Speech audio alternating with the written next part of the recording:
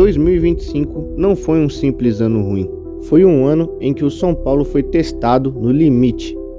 Técnico demitido, mais de 10 jogadores lesionados, a aposta em Oscar, que virou pesadelo, e um escândalo médico, o caso Monjaro.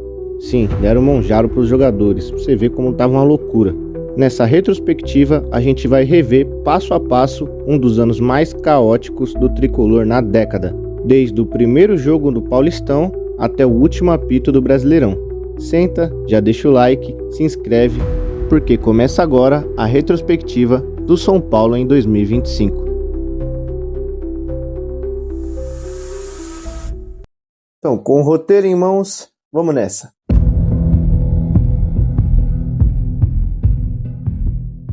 O técnico Zubeldia tinha em suas mãos um dos melhores elencos do São Paulo nos últimos 10 anos. Obviamente a expectativa era bem grande. O São Paulo estreava no Paulistão contra o Guarani e Luciano marca aos 3 minutos de jogo. Parecia que ia ser uma goleada, mas o São Paulo assumiu aquela postura ridícula, onde cria de novo, mas não faz absolutamente nada. Mesmo o Guarani estando com um jogador a menos, não saímos do 1-0, mas isso pouco importa. O jogo que levantou o otimismo do torcedor foi o majestoso no Morumbi, onde o São Paulo deu um cacete nos Gambá. É bom demais bater neles, pena que depois eles iam estragar tudo, mas enfim. São Paulo faz 3-1 no Corinthians, com ótimas atuações de Lucas Moura e Oscar, que era a contratação mais cara.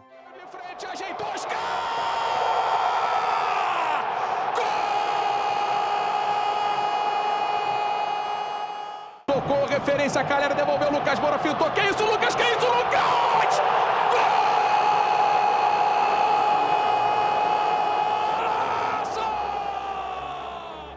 Os dois juntos destruíram nesse jogo. Logo depois, o São Paulo ganhou de virada em cima da Portuguesa, com destaque para o gol de Rian Francisco logo na sua estreia, deixando a torcida com muita expectativa no moleque, porque não é toda vez que o moleque sobe da base e faz logo um gol na sua estreia no profissional. Mas logo depois desse jogo, o São Paulo apanhou para o Santos. É inacreditável, a gente ganha do time que foi campeão, mas apanha para isso aí, vai entender. Mas depois goleou o Mirassol por 4-0, então ficou tudo bem. Logo depois enfrentou o Velo Clube, time que o Jandrei deve torcer, porque nesse jogo ele entregou simplesmente 3 gols pros caras. Ainda bem que foi embora do São Paulo, pelo amor de Deus. Já nas quartas de final, o time do São Paulo passou pelo Novo Horizontino por 1-0. Os 4 grandes de São Paulo estavam nas semifinais, mas o São Paulo daria adeus à competição em um clássico contra o Palmeiras. O Palmeiras assaltou o São Paulo com um pênalti completamente safado e o São Paulo não teve a competência para fazer nenhum gol sequer. Então o Paulistão ficou pelo caminho. Agora o foco e as expectativas eram para as outras competições.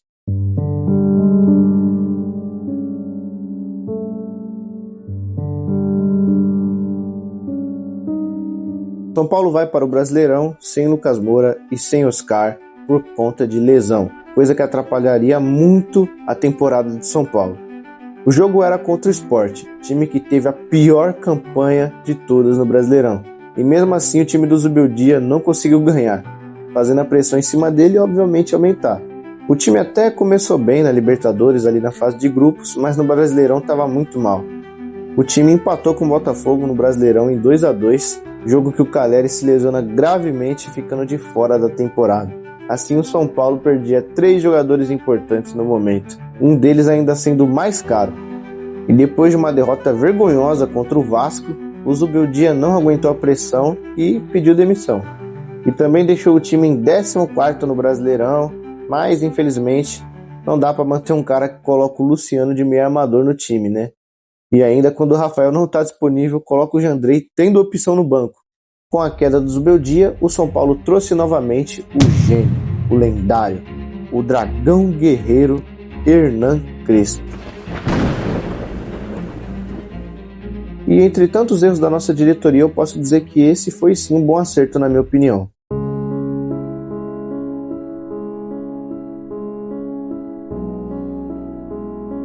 Logo no começo da chegada do Crespo, o São Paulo perde mais um jogador por lesão. Rian Francisco sofre a mesma lesão que o Caleri e fica de fora da temporada. Que time azarado, cara. Agora o tricolor teria apenas um atacante saudável para utilizar, o André Silva. Mas como não dá para jogar só com ele, a diretoria foi atrás de mais 2 atacantes para substituir a ausência de Rian Francisco e Caleri. Eles trouxeram Tapia, que pelo menos na minha opinião tá longe de ser um ótimo jogador, mas é muito esforçado e fez uns golzinhos importantes aí. E também trouxeram Dineno, que fez apenas um gol e se machucou. A diretoria de São Paulo não erra nunca. O elenco de São Paulo começava a ir de mal a pior, perdendo seus jogadores mais importantes e trazendo reforços que não mudavam nada. Mas Crespo, depois de perder para o Flamengo, conquistou uma sequência milagrosa de 5 vitórias seguidas com esse elenco limitado, melhorando a forma de jogar do time e também dando chances a Rodriguinho, que no momento começou a jogar muito bem. Luciano também tinha melhorado muito com a chegada de Crespo, jogando na sua posição de ofício agora. E também jogou muito em um majestoso de novo contra o Corinthians, marcando 2 vezes e se consagrando pai desse timinho aí. Esse jogo também teve a incrível, entre aspas, volta de Oscar, que entrou em campo, jogou, depois caiu e se lesionou de novo, cara. E depois dessa lesão no lombar, o Oscar nunca mais jogou de novo. E assim terminava a passagem dele pelo São Paulo. Esse era o fim da contratação mais cara que o São Paulo fez no ano. O cara que era para ser o clássico camisa 10, a esperança em bolas paradas, encerrava sua passagem ali mesmo. Essa diretoria realmente não sabe o que faz. Outra coisa que se encerrava também era o São Paulo na Copa do Brasil. Depois de ganhar do Náutico, o São Paulo enfrentou o Atlético Paranaense. No jogo de ida, o São Paulo até jogou bem, fazendo 2 gols, mas como era o Jandrei no gol, obviamente a gente levou gol. E esse gol iria fazer muita diferença no jogo de volta. No jogo de volta, o Rafael estava no gol, mas não por muito tempo. Logo depois ele é expulso num lance que, pelo menos para mim, foi um erro. Eu não vejo nenhum contato dele no Viveiros, de verdade. Mas isso tirou o Rafael do jogo e fez o time ter que tirar um jogador de linha para colocar essa lenda aí em campo. Um garoto diferenciado. Com o Jandrei no gol, o São Paulo obviamente levou gol outra vez. E não conseguiu fazer nada. Luciano até fez um gol, mas estava impedido. Então a partida foi para os pênaltis. E o São Paulo teve a pior atuação de todas em uma disputa de pênalti. Foi vergonhoso. Sabino bate de forma horrível. Tapia bate mal também. E Jandrei achou que era o Rogério Ceni, foi para a última cobrança, não sei o que deu na cabeça dele. Ele errou e o São Paulo foi eliminado da Copa do Brasil para um time que estava na Série B. Foi completamente vergonhoso. Pelo menos depois dessa derrota, o Jandrei foi vendido e encerrou a sua terrível passagem pelo São Paulo. Agora, a única esperança do torcedor ser feliz na temporada era a Libertadores.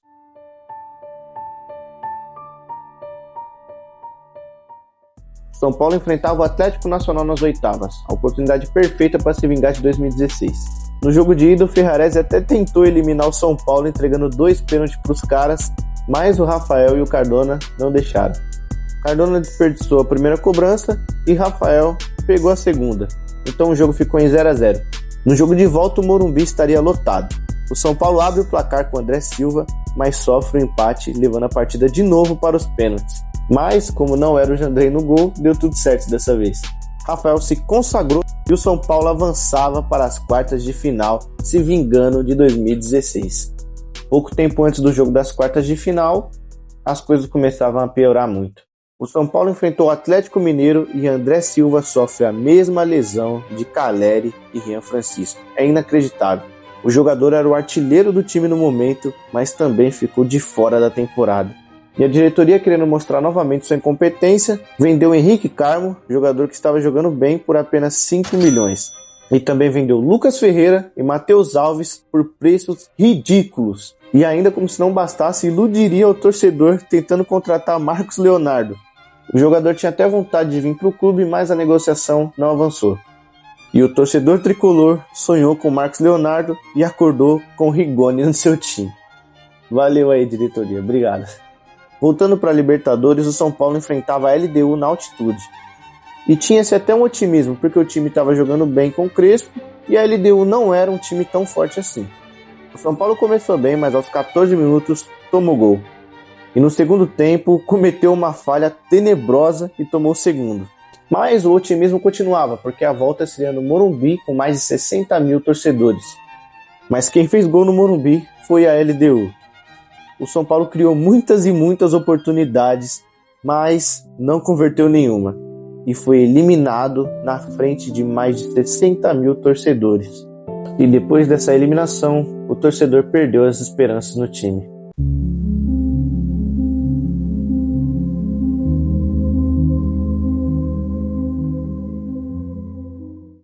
Era claro o quão mal estava o clube. Elenco limitado, venda de jogadores da base por preços ridículos, jogadores machucados, diretoria péssima, as esperanças viraram zero e o time da fé perdia completamente a sua fé. Tanto que no primeiro jogo depois da Libertadores teve pouco menos de 20 mil torcedores no Morumbi.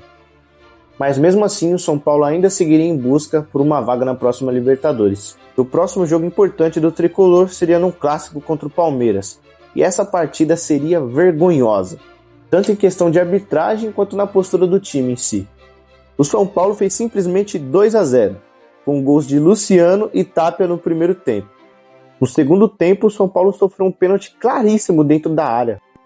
O juiz estava perto do lance e mesmo assim não deu um pênalti que mudaria completamente o jogo. Um crime! E logo depois disso, o São Paulo adormeceu em campo. E o Palmeiras pressionou e virou o jogo para 3-2. É inacreditável a incompetência dos jogadores. Tudo bem, o erro da arbitragem foi enorme, mas o jogo ainda estava 2-0. Como que você toma 3 gols assim de graça? Mas o São Paulo ainda assim não desistiria e continuaria tentando uma vaga na próxima Libertadores. Mas não fez por onde. O time perdia alguns jogos, empatava outros e vencia poucos. O jogo que deixou claro que o São Paulo não iria para a Libertadores foi um jogo contra o Fluminense, onde o São Paulo tomou 6-0 para o time do Zubeldia. O Luiz Gustavo, no final do jogo, falou muitas verdades sobre a situação do time. Assumiu que o time era ruim, mas que a diretoria era a verdadeira desgraça. Cara, a culpa é nossa. Nós jogadores que fizemos a merda que fizemos hoje, desculpa a palavra, mas eu acho que esse clube é um clube muito grande, um clube que merece, de uma vez por todas, começar a ter uma direção, um plano claro. Tá na hora do São Paulo começar a colocar as caras quem tem que colocar, assumir responsabilidades. Todo mundo tem responsabilidade. Assumir de cima para baixo para que esse clube possa realmente voltar a ser alguma coisa grande no futebol. E o torcedor receberia todo dia notícias ruins do São Paulo. Pessoas importantes do clube pegando um camarote do São Paulo e fazendo dinheiro para si mesmo. São Paulo somando 49 baixas médicas no ano. E também o médico do clube dando monjaro para os jogadores. Simplesmente deram um remédio de diabetes para os jogadores do time. O médico Eduardo Hauen, acho que é assim que fala, tentou se defender dizendo que apenas 2 jogadores tomaram e também que esse medicamento era permitido no Brasil. Mas convenhamos, é uma baita idiotice. Tanto que até mandaram ele embora depois disso. Sem contar as investigações de desvio de dinheiro na venda dos moleques da base. Tava um caos terrível. E assim o São Paulo terminava em 8º no Brasileirão. E com a vitória do Corinthians na Copa do Brasil, o São Paulo perdia a vaga na Libertadores. E teria que se contentar apenas com a Sul-Americana. Mas temos que admitir, o São Paulo não merecia a vaga na Libertadores. E ainda teve que ver o Flamengo superar o número de Libertadores do São Paulo. E realmente, quando se trata de São Paulo Futebol Clube, as suas glórias vêm do passado, porque no presente é só vergonha. Como torcedor desse time, eu realmente espero que o clube melhore e volte para o lugar de protagonismo que sempre deveria estar. Mas com o clube se apequenando cada vez mais, fica difícil manter as esperanças. E se o São Paulo não se cuidar, o título de campeão de tudo, nunca ter sido rebaixado e maior time do Brasil, pode acabar ficando para trás. Acabou! São Paulo Futebol Clube! Bem-vindo à galeria dos campeões da Copa do Brasil! Não falta mais nada! Na galeria tricolor, não falta mais nada! A gente é campeão de tudo! São Paulo! Esse é o time da fé! Sejam apresentados ao soberano! Ao time da fé! Enfim, eu espero mesmo que vocês tenham gostado dessa retrospectiva aqui do canal. Se gostou, por favor, deixe seu like, compartilhe com os amigos para poder ajudar o canal a crescer, porque é um vídeo que deu muito trabalho para fazer. Deixa aí nos comentários, você, torcedor tricolor, o que você está achando dessa situação do São Paulo e quais são suas expectativas para essa temporada que está começando agora. Eu confesso que as minhas não são das melhores, não. Mas é isso, espero mesmo que vocês tenham gostado e até o próximo vídeo aqui na São Paulo House. Tchau!